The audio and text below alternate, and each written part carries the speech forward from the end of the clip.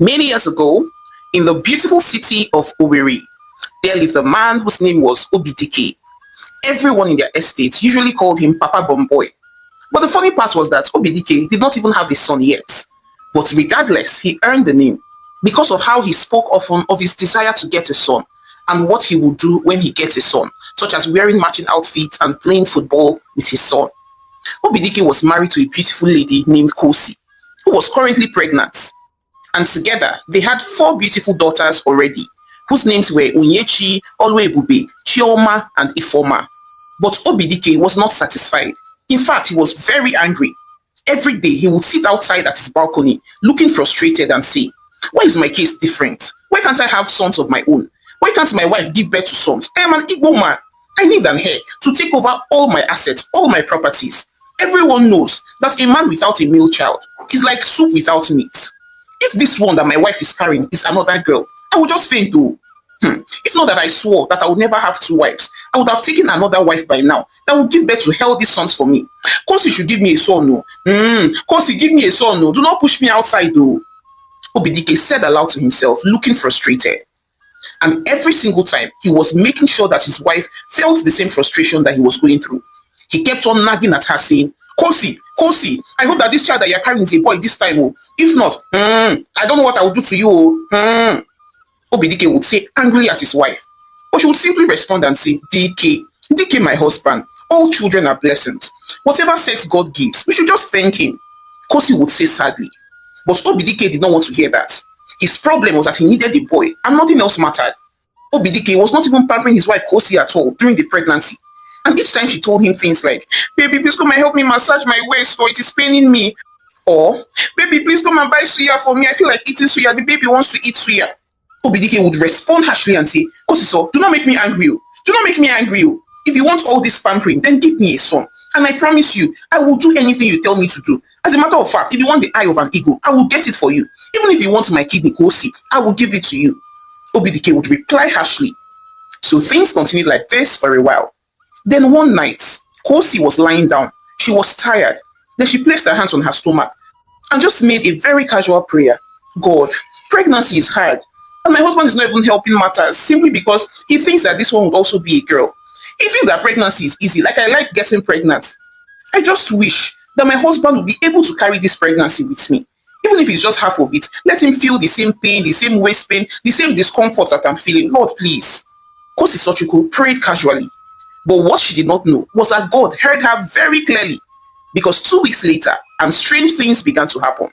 One early morning, Kosi was inside the kitchen boiling yam when she suddenly heard a groan from the bedroom. "Ewo, Chineke, my back, oh, my back, oh." Obidike, her husband, screamed out in pain. Kosi quickly dropped what she was doing and ran into the room, only to find her husband, Obidike, lying on the bed, like a person that had just returned from the war front. Dike, what happened to you? I heard you screaming. Are you okay?" Kosi asked, looking very concerned. But Obidike held on to his stomach tightly and in pain and said, "Hey, I think I'm sick. Oh. My mouth is bitter. It's tasting metallic. My back is paining me. My chest is heavy. Everything is happening to me at once." Obidike said, groaning. Did you eat something bad? What did you eat?" Kosi asked, looking worried. "I don't know what I ate. Oh. I didn't eat anything now. But hey, Kosi, now that you are here, Biko, get me hot water. And while bringing the water, add bitter leaf inside. I feel like drinking it. Then go and buy mango for me. Not the ripe one, no. Unripe mango. Biko, oh, hurry up, hurry up." Obidike replied. Then his wife, Kosi, stared at him in shock and then said, "When did you start eating mango? Not to talk of unripe mango. You do not like mango now." Kosi replied. Then Obidike snapped at her and said, "Are you deaf? I said I want mango and bitter leaf hot water." Obidike screamed angrily.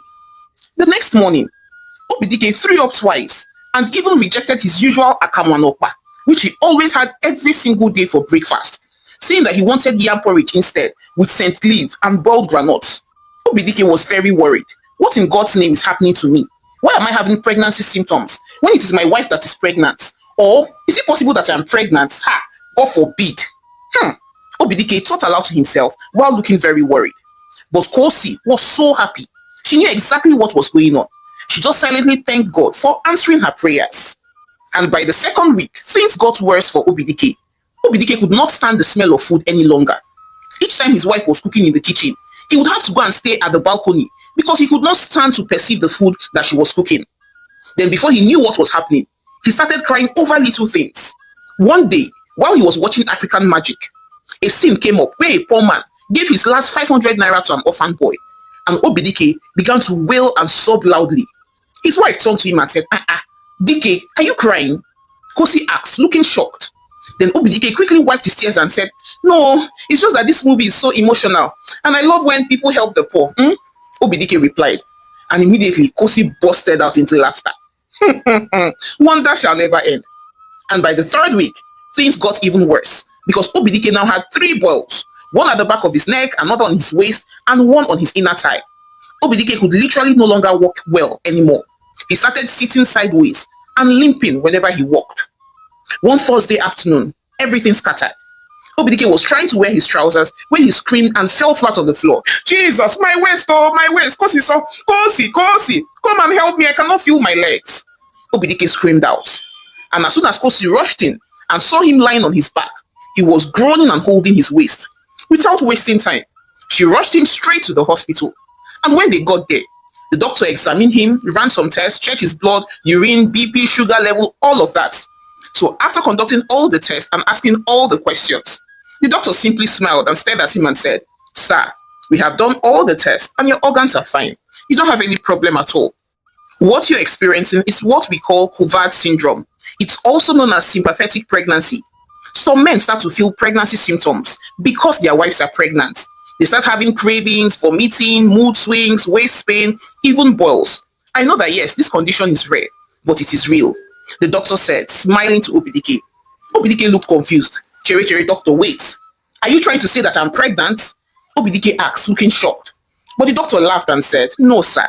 But your body is reacting as if you are pregnant simply because your wife is pregnant. By this time, Kosi could not hold it any longer, and she busted into laughter. And then said, Dike, so you have finally joined the pregnancy team. At least now you will see what I've been going through all these years. Every time you're telling me, get pregnant, I need a son. Now you will see what I go through for 9 months. You will see that pregnancy is not easy. Kosi said. Obidike was too shocked to reply. He just sat there, looking confused. So after the hospital visit, the news began to spread. It started from their housemate, Nina, who told their neighbor's daughter, who now told her own mother, who now told the women's fellowship, and from there, the whole thing spread. They were all saying that Obidike was pregnant. So by Saturday morning, the entire estate had heard that Obidike was pregnant. So everywhere he went, people pointed and laughed at him.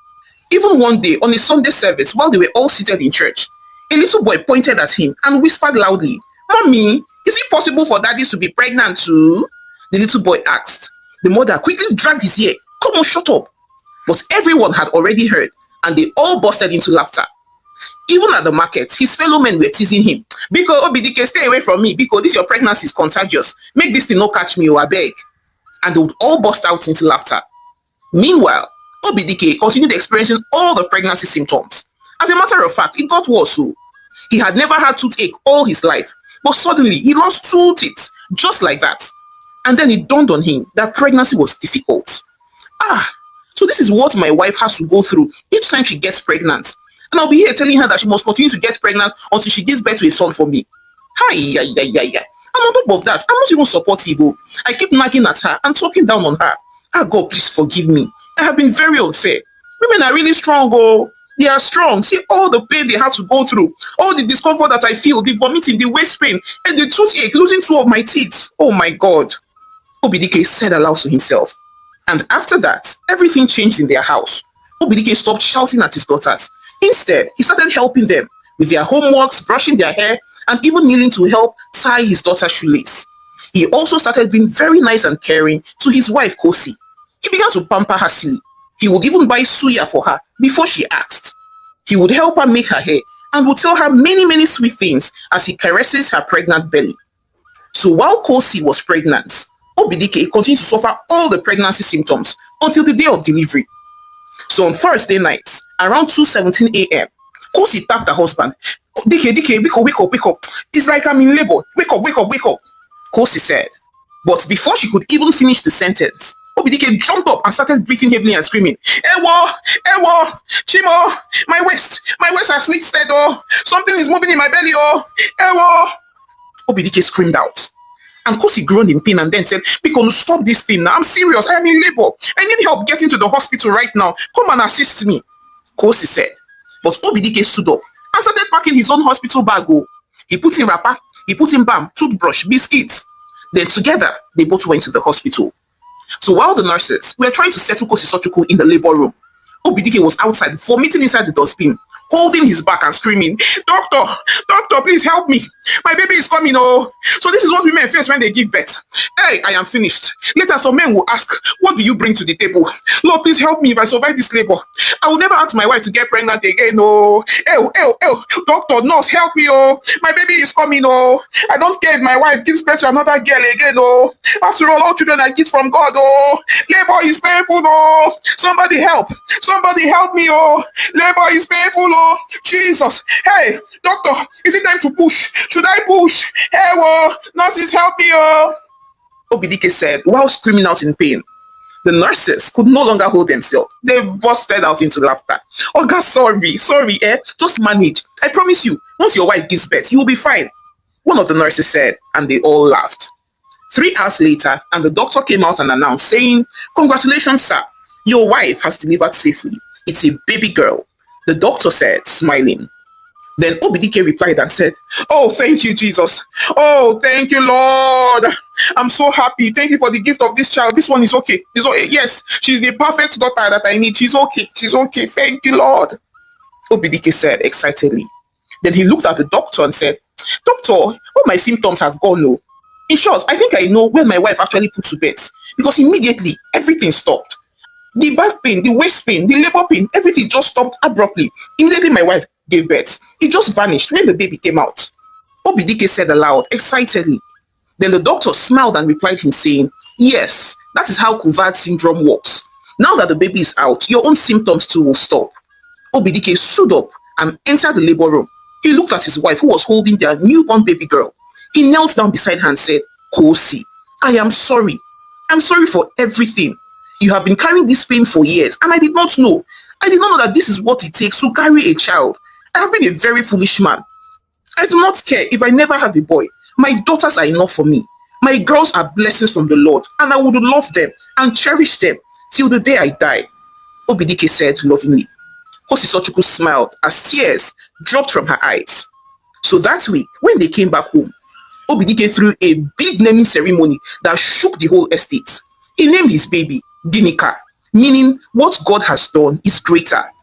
And during his speech, he took the microphone and said, All of you know me as Obidike, the one who everybody calls Papa Bomboy. But now, you should no longer call me Papa Bomboy, oh. Instead, call me Nna Umuwine, father of girls. As you see me, I'm no longer looking for a boy, oh.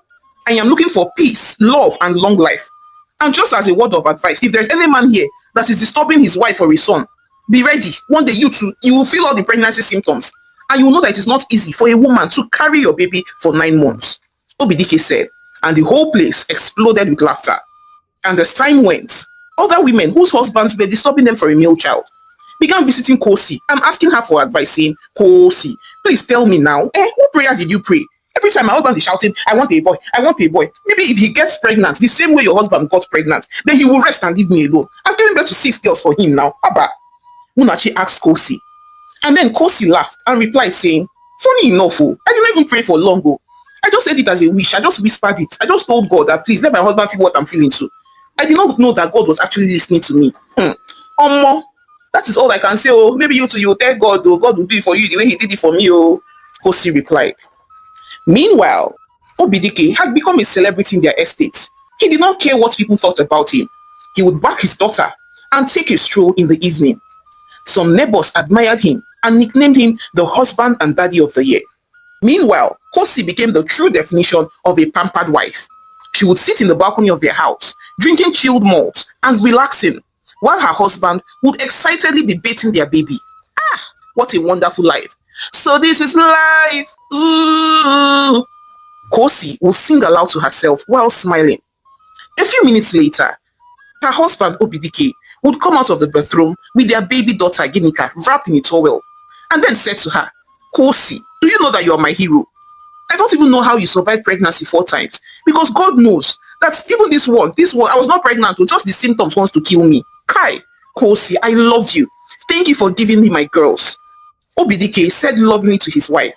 Then Kosi simply smiled and said, thank God that you finally understand. Obidike nodded and said, I swear, I now respect women. Anybody that I hear that asks what a woman brings to the table again, if I don't give that person a knock and reset that person's brain, you know that it is not me. Kai, you see, Kosi, I promise you that I will raise our girls well. I will ensure that they are strong, educated, respectful, and wise. That's the best legacy. And I will share my properties equally amongst them. You and my girls are the best thing that has ever happened to me, Obidike said to his wife, who by this time was smiling like a fish. And a year later, the Ginika turned one. And yet again, they threw a party in their compound with balloons, rice, chicken, and everything. Neighbors came, church members came, everyone was around. And during the toast, Obidike stood up to speak and said, 1 year ago, my life changed. My 5th daughter, Ginika, entered the world, and with her came sense. All this while, I thought that having a male child was everything. I thought that boys were everything. But thank God, now I know better. Now I know that my daughters are my strength. My wife is my crown. And just as a word of advice yet again, to every man out there disturbing his wife because of a male child, please stop it. Because me, Chief Obidike, a whole spare parts chairman, carried pregnancy for 9 months, and I know that it is not easy. How I survived it, I have no idea, Obidike said, and they all laughed. Kosi held onto his hand tightly, smiling, and Obidike turned and whispered into her ear, saying, Kosi, please, do not ever get pregnant again, no. If you get pregnant again, me, I'm relocating to my village, because I cannot afford to be pregnant with you again, Obidike said. And Kosi laughed and replied, don't worry, me, I don't want to get pregnant again, no. I have had enough. I have 5 children. And they both busted out into laughter. Kosi was happy, Obidike was happy, and they both hugged themselves. Obidike became a present father to his daughters and showered them with love and gifts, and they all lived happily ever after. Hi besties, it's your favorite storyteller, Omalicha. Thank you so much for watching my story to the end. So I'd like to hear your thoughts on this one. Do you wish that what happened to Obidike should happen to your husband? For those whose husbands are, I need a boy, I need a boy, I need a boy. Do you want the same covert syndrome to happen to them? Also, have you ever witnessed it real life?